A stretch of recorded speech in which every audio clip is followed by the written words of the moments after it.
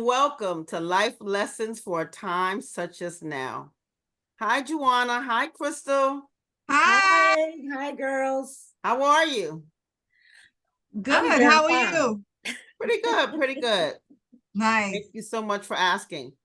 Today, we're going to continue on with part 2 of generational wealth. And we have a special guest, Lynette, who is basically a certified credit counselor and financial coach. So believe me, I need that too, guys. So welcome, Yes. Lynette. Hi, Welcome, how are you, Lynette. Lynette? How are you? Come. Welcome. Great, thank you. Thank you for having me. Thank you Absolutely. for And thank you coming. for Yes. attending and being here with us to share Yes. about, generational wealth. Unfortunately, in our community, the Black community, we are not really good at financial literacy. And I can definitely say that I was one of them at one point. And I believe it is generational, right? Because if your parents don't know, then they can't teach you. So if you don't know, right, learn so that you can then teach your children how to now flourish financially and not continue on with generational poverty. That's my goal and that's my legacy. I don't want, my future generations to still go out there trying to struggle or struggling just trying to live off a paycheck to paycheck. So with that being said, Lynette, tell us a little bit about yourself. So I am the founder of KMC Financials. I started this company about 10 or more years ago. And what I am, as we said, a certified credit counselor. I help people with their finances, whether it's budgeting, helping them get their bills and financial life in order. I also am a financial coach through Financial Peace University, where I teach a financial class. It's a 9-week Nice. class, one night a week, with helping people get their finances together. That's something, as you said, that we as African Americans don't do because of one thing or another. One thing I've noticed mainly for pride, because we don't want people to know, that we're not doing well or embarrassed of how our credit looks. And that's a hindrance, really, believe it or not, because you don't achieve anything that way. And Right. with this country, the way it is, Mm-hmm. everything is based on credit, or at least having it fixed. And so that's what I set out to do. I've been in the financial arena for over 40 years. So I made it my mission to help people get financially straight as much as I can. I've been there. I've filed bankruptcy before.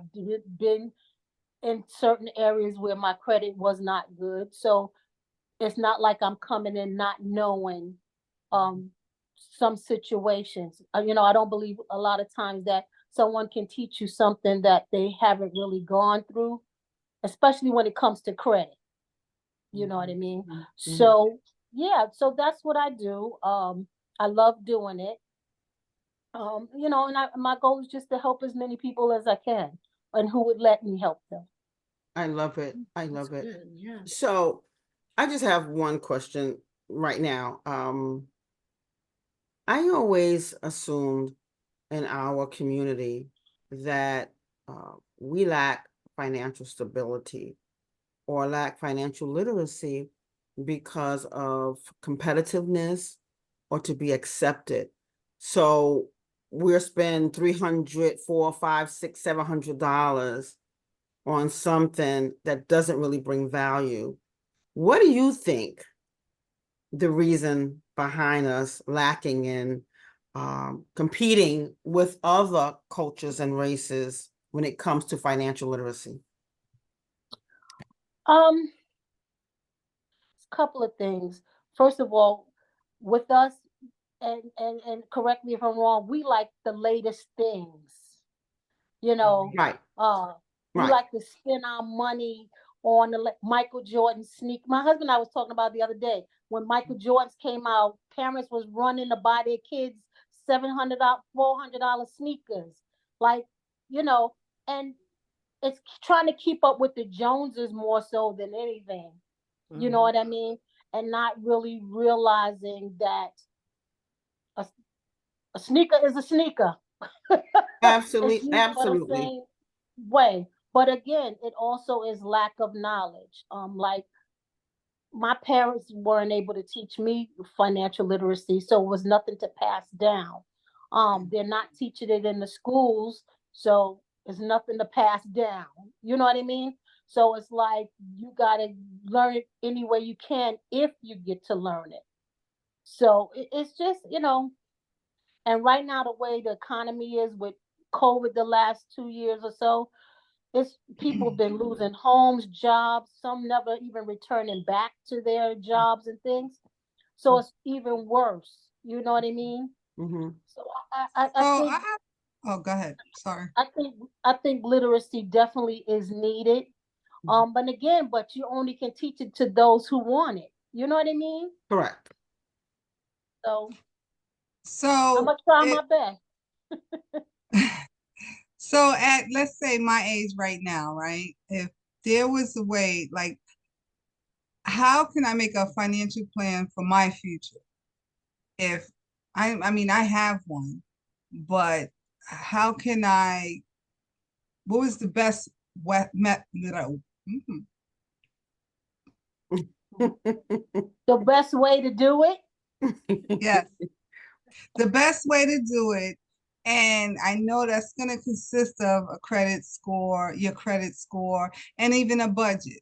So how do I start? Let's say the first step, would that be making a budget for your household and your personal needs? And then how do you, work your credit, things like Right. that. So then, you know So what? So I'm sorry. So can I just piggyback on what Joanna said? Because what I hear is, what's the ABCs of Right. building your credit? What's the ABC? okay. Okay, so it's really it's two things you're doing at the same time. You are creating a budget um so that you can pay your also correct your credit, because you kind of like doing them at the same time, because you can't correct your credit if you don't have the finances to correct it.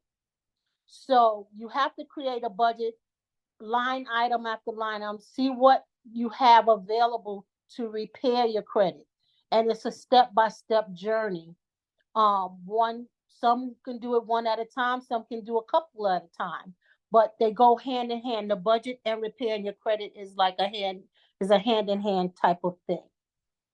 So we would create a budget first. We go over your finances, see what's your income versus your expenses, see what's left of that. Then we'll look at your credit, and then we'll say, okay, this is what you have that's outstanding that we can repair. Let's filter a plan to start eliminating those debts right there.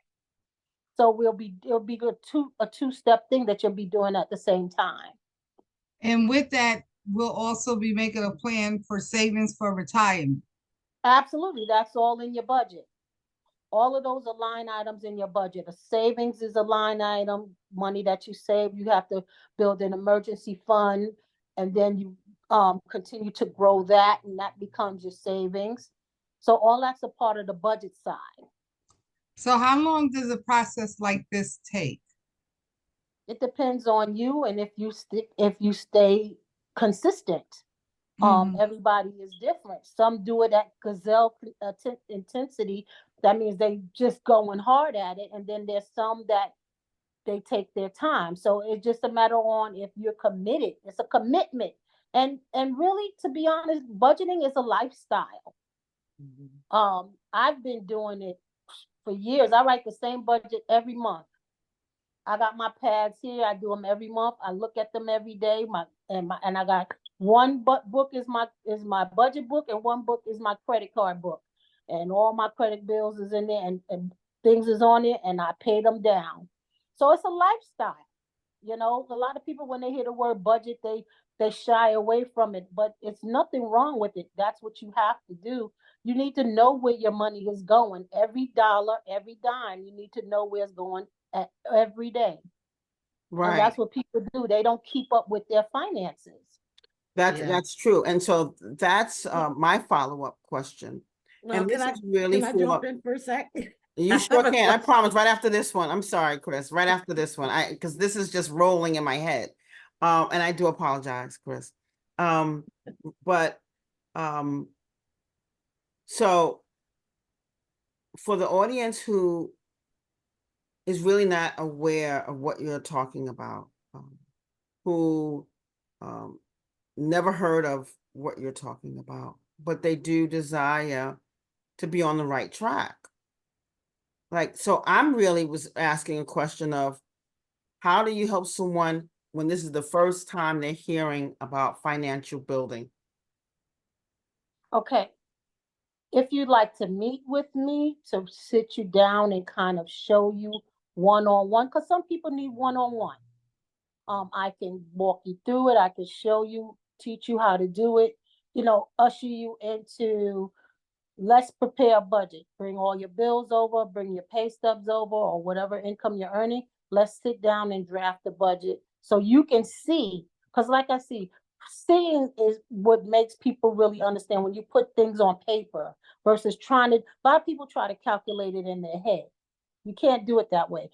Put it down on paper so you can see exactly what you have in front of you, what your bills are, what your income is, and then you can see how your money should be divided. So again, it's something you can do it on your own if you have the tenacity to sit down and actually write it out and each thing line by line. You can do it versus what your income is. Absolutely. But if you need help also, you can always reach out to me and we can set up an appointment and come together and I can get you on the path for that. I feel like I'm in a class, like I gotta raise my hand, to ask a question Or here. double Dutch. Oh, I'm Remember sorry. double Dutch? Remember that? Yeah, What we talked right. about other episodes ago? Speak up. So my question, well, yeah, it's a question. So how about for our youth? Because our youth are totally lost. So if they I am dying to teach the youth because they are the next generation that do not have a clue on how to budget. My daughter's 21. I taught her how to budget. She writes a budget every month. She can teach the youth how to budget. She does it every month religiously. So I know once they're taught, again, like I said, it's a lifestyle. right. So for our youth or for the younger generation who likes to have those Jordans that you spoke about and have to have the bling bling and things like that. But then you do have some children or young people out here who want to understand how to start building up their credit. Okay, so we understand that we have to do a budget. So give us a scenario of how one can start towards those steps. Okay, so you're talking Besides about budgeting. the youth, right? So if they want to start credit, normally they would start with a card that they have put money on to begin to build their credit. They don't, I always I tell my children, you don't need 50 cards, you just need one where you put the money on it and they hold it, secured card, and that will begin their credit. And they have to be diligent and consistent. And if they can take care of that, that will build their credit. And an adult as well, Right. that never had any credit. But again, they are real cards, so you would have to definitely make sure that everything it's paid on time and that you're not abusing it. Right. Well, that's good. I just want to make sure that I'm giving, right information because that's what I've always taught my children. Start out with a little credit card that you could get, maybe a J.C. Penney's, Macy's, or whatever card or the card that you said, and also pay yourself first. Pay yourself like a bill. Yeah, that's part of the budgeting too, is paying yourself, where you're putting that money away, like your emergency fund away. That's gonna be your wind up being your savings too if you never have an emergency. You understand? Mhm. So they too, if they learn how to budget, that would help them tremendously, especially with the youth just starting to work. Mhm. They should start out with, definitely having a savings, a checking account, definitely paying themselves first in their savings account, even if it's $5 that they put in their account every pay period, and not touching it and letting it build. And that's for them in case they want to buy some sneakers. My kids, I taught them, well, if you want these type of sneakers, you save up half and I'll pay the other half. But you got to show me that you have your half. I'm not going to buy you $300 sneakers and I'm not wearing them. So the deal is, okay, you want those sneakers? You show me your 50% of the Right. sneakers. You understand? And then I'll chip in my 50% to help you buy the sneakers. Else, I guess you won't get the sneakers because with yeah, because with Yeah. kids, when we spend our money as parents, they don't take care of the stuff. Right. They They don't. That's didn't the They they truth. didn't don't. pay for it. They didn't buy it, so they No. dog them out and they mishandle them. Right. But when they have to put their money into it, oh, they're going to Make clean them them think. with a toothbrush. You can't step on them. You can't do nothing. That's because they spent their money. Their money. Yeah. Yeah. Exactly. So, and that's something that we don't do as parents. Some of us, not all, That's don't right. do as parents is is have their child pay for part of their stuff. Yeah. Now I have a question though. When you say pay yourself first, um, one's to assume that paying yourself means that's extra money for you for whatever you decide, not necessarily to throw it in savings for emergency. I would figure that would get taken out as well, but on a separate when you say pay yourself first. Well, paying yourself first could be it's whichever one you want, whichever one you decide. You can have two accounts. You can have one definitely for your emergency fund and one savings for you to have for you to do what you want to do. Now, is the percentage of money that should be say for you like 10%? Well, no, because you look at the emergency fund, you're trying to save 3 to 6 months of your Mm-hmm. bills. Mhm. That's your emergency fund. So if the water main breaks, you have that emergency. If your car break down, you have that emergency. You can start out with 5% for you. You can set that percentage, yourself, maintaining that once after you positioned all the other bills on the list. Mhm. The money that's over is for you. That can be paid to yourself. You understand? You would already know because you already have your budget written. Now, can I ask a Making quick sense? question? Am I Mm-hmm. making sense? Okay. Yeah, you're making a lot of sense. I only But brought that up because if you follow a lot of celebrities and people that talk about finances, they seem to always throw out there, oh, 10%, 10%. But I like what you're well, saying. It could be 5, it could be, you know. well, when you're paying yourself because okay. Yes, I saw that too, where it's 10% to yourself. If you can afford 10%, okay, but Good. not That's everybody can afford 10%. right. You understand what I'm saying? That Mhm. money to you is really the money that's left over after you paid everything you needed to pay. Right. That whatever's left over, that could be money to you. You follow me? All your bills are paid. You put money in your emergency fund. Everything on your line item of your budget has been taken care of, and you got this $100 left over. That's for you. What Well, for about the myself, 10% that's supposed to go to your tithes? Listen. Tithes is a line item. Yep. If you belong to the church, tithes is definitely a line item. Yep. And you It's a can line get item taxes on on my it budget. too. It's a line item on my budget. Yeah. For me, when I say pay myself, I treat myself like a bill, so I'm up there with the gas, the electric, and all that stuff. So for me, I put aside maybe, well, I had to come down because, I had to restructure my budget. But my thing was I would take $100 per pay and put it in my savings account where I don't touch it. For you though. Yeah, for me, or for me, Yeah. or for an emergency or whatever. But my thing was just to have that money. So a nest egg, if you will. Exactly. Right, a nest egg, because stuff happens and you don't always have cash, when an emergency happens, because you don't know when it's going to happen.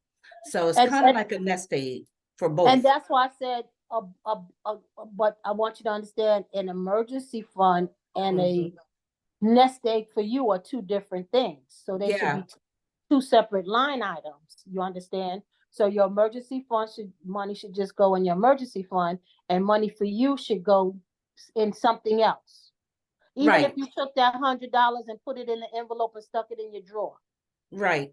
You Yeah, I follow like what I'm what you saying? said about the I like what you said about the emergency fund. I didn't separate the two. So, that's what I'm taking, from this, where I can, build or enhance, on Exactly. what I'm trying to do. Yeah. Exactly. I think I've been pretty good with finances. I've always been pretty good. That's good. But let me tell you, there's so many people that are not. And, that just to be able to try to help them um, is what my goal is. Love it. So now that I'm off of timeout, I have a question about credit repair. So let's say that someone has high interest rate on a credit card. Okay.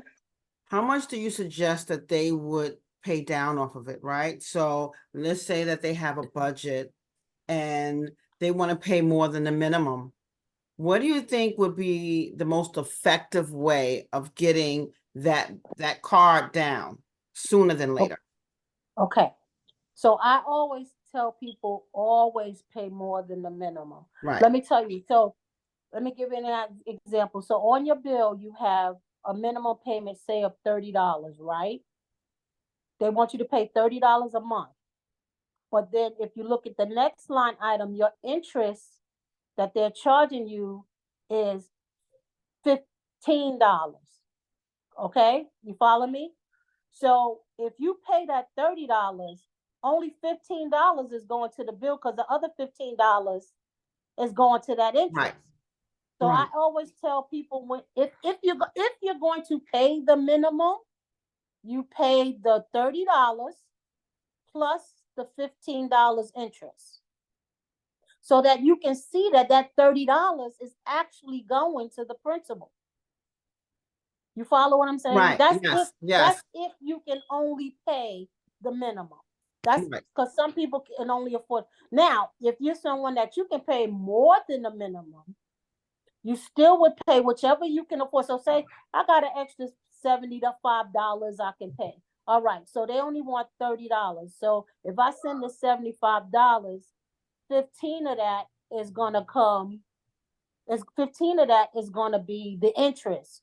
So the 15 from the 70, $60 is gonna go to the principal. And Right. that way you can see it going down. So whichever way you can begin to pay, I tell people to hit their smallest bills first, because it's easier to hit the smallest bills, those little bills that's $100, $150.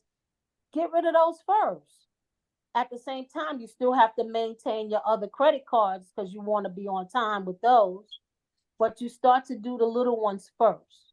I find that that's a lot easier than trying to do the high interest rate first. So what do you think about these credit repair organizations? What are your thoughts on that? I mean, the question is, are they really helping you? Right. That's my thing. Are they really helping you to repair your credit fast enough? Like some of them, they say, okay, if you send me $300 will pay your credit card bills for you. You don't have to do, why do I need you to do that? Right, I can call them myself. Mhm, Exactly. that You part, follow what I'm yeah. saying?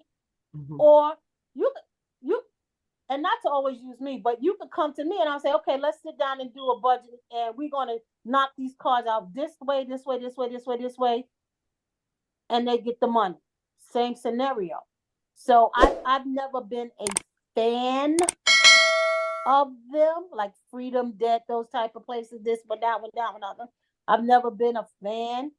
They do, I guess, help some people. A lot of people like them, but What, what I'm about still, like credit repair, Credit Karma? Like, well, from what I'm gonna tell you the truth. I look at Credit Karma. Credit Karma doesn't give you the true numbers.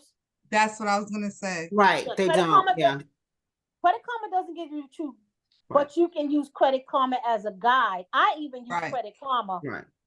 You can use it as a guide. Their points are about 20 points off. Yeah. Mm. Okay. So Credit Karma doesn't give you the true figures of your credit score. You understand? Mhm. But you can at least see what's being paid, this, that, the fourth. I use it more as a guide. You follow what I'm saying? Yes. To see what I'm nearby, what I'm close to. Mhm. You know, so you figure they're about 20 points off, 15 to 20 points higher than what your score really is. Yeah. I'm not a fan of those credit repairs. I did that once and it definitely didn't work out for me. You know, Really? no, it didn't. For the same reason, you're saying, you're paying them money for something that you can do yourself. And then it didn't work out because I don't know, was something like with the date they selected to pay the bill, it wound up causing more problems than anything good. So I wound up canceling them and continue to do it myself. So, I but mean, yeah, it doesn't happen to everybody, but I've heard that it happens. Like yeah, what, and then you're taking a cut off of the payment right, yourself. You know what I'm saying? Like that money I'm paying you every month to pay my right, debt, I could put it toward my debt. exactly, Right, Exactly. but Yes. exactly, what about those companies who work on your credit? You pay them monthly and they work on your credit. They dispute it, they do all of those things for you. And you're paying them a monthly. I think it's like Credit Saint or Lexington. I forgot the name of it. But Lexington, some of those companies, Lexington what do you Law, think of yeah. those? again, you could go online and find a dispute credit letter. You yeah, understand what I'm saying? A lot of stuff is online now that you can act. I mean, this is the whole thing. A lot of people don't have the time or the patience to fight for their credit. So right, they rather hire somebody. That's it in a nutshell. Like, I Right. don't have Yep. time. Let me pay this person to Right. do it. And same thing with me. People pay me to help them, get their credit thing. But mine is more personal. Because hmm, I'm like, here, come meet me over here at my house. Let's sit in the office and let's go through this credit repair thing. Let's go through your credit. Okay, we're gonna do this week. This is what we're gonna do next week. Mine is more personal. So with them, you don't never get to meet them because they're across the phone. You follow what right, I'm saying? You Yeah. can't go into their office because they're across the phone. You follow what I'm saying? So it's not personal to me. If somebody's helping me with my credit, I need it to be personal because this is a personal, private issue for me. Number one, Absolutely. I'm already not liking that I'm in the position that I'm in. You understand? Even though if I put myself there or not, I'm still not happy about it. So, Right. for you to not be personal with me with it, and like handle me with kid gloves. You follow? That's pretty right, much because I'm embarrassed. I don't like the situation I'm in. I can't seem to get out of it. I'm frustrated. You know what I'm saying? I really don't have the time to sit here and do my credit, fight on the phone, make thousands of phone calls all the time trying to get it fixed right, back and forth. so this is where I'm at. So again, and I'm not saying they do bad jobs. I'm just saying, like, you got to kind of weigh it out if you want to use them or not. If you rather pay them, they get it done. And I'm not saying they can't get it done. I'm just like saying, just think about it. Make sure you weigh your options. If you decide to go with them, that's fine. If you decide to go with somebody like me in my area, and it's more people like me do it, you can do that too. But just be aware, and conscious, and you have to stay on top of it and on Yeah. So, top of them. So, and what I'm getting from it, what I would say my takeaway would be from this is that it is very important for people to be on top of their finances for themselves, for their children, for their community. Because a lot of us do a Absolutely. lot of stuff in the community, and it's good to know and be on top of it. So I guess before you leave the show today, if you can just send us your information. So there may be a lot of listeners that may want to get involved or want your services. And I'm sure you have a fee with your services, but we don't have to talk about that right now unless you want to share it. But just make sure we get your information, and much appreciated. yeah. Yeah, just So, I'll definitely send it out to you. I do have a website, KMC Financials. .com, so you can look at my website.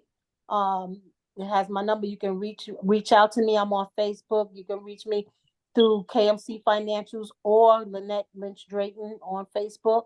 I'm out there, so you can definitely get a hold of me. Give me a call, text me. Let me know, hey, Lynette, I want to set up something with you, and we can work things out and set it up. You come to me, I come to you. oh, It that's really doesn't beautiful. matter.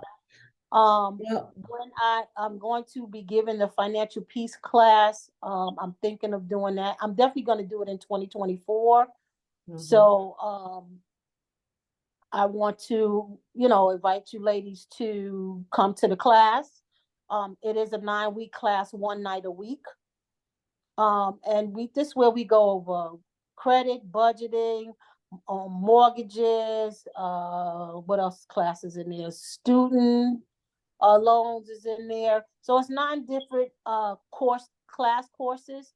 And that it's very helpful. I've been teaching that class for I say about 15 years. all right. I started So, in my church. well, our segment is over now, so we have to wrap it up now. Surely it wasn't enough time. I could tell that you are a wealth of knowledge and information. Maybe you can come back and we can do another part to this where you can provide us with more information and share. Sure. Trey, do you have anything you would like to say in closing? Well, I would like to thank Lynette for her information, because I believe that our audience and just, Black people and culturally, this is really good information to have. We will, put your information up so that whoever needs your services can do so. But thank you. Thank you so much. Thank you for Yes. having me. Thank you, Lynette, for coming on. Anything else, Joanna, before we wrap it up? No, I gave my closing statement already. I think she done a fabulous job, and we appreciate your time and patience on our show.